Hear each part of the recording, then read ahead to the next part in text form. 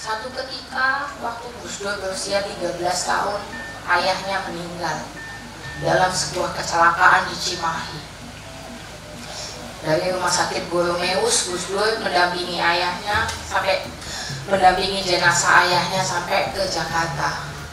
Kakek saya dulu tentunya salah satu founding father negara ini, juga adalah Menteri Agama. Gus Dur itu terkaget-kaget melihat ada banyak orang yang kemudian berbaris memberikan penghormatan pada kakek saya. Kata Gus Dur gini,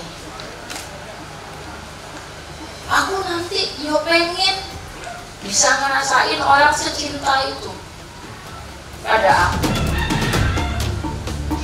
Mungkin Gus Dur nggak tahu bahwa pada saat beliau meninggal, beliau mendapatkannya 10, 100, 1000 kali lipat.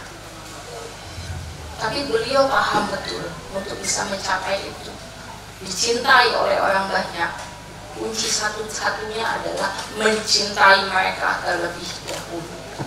Hanya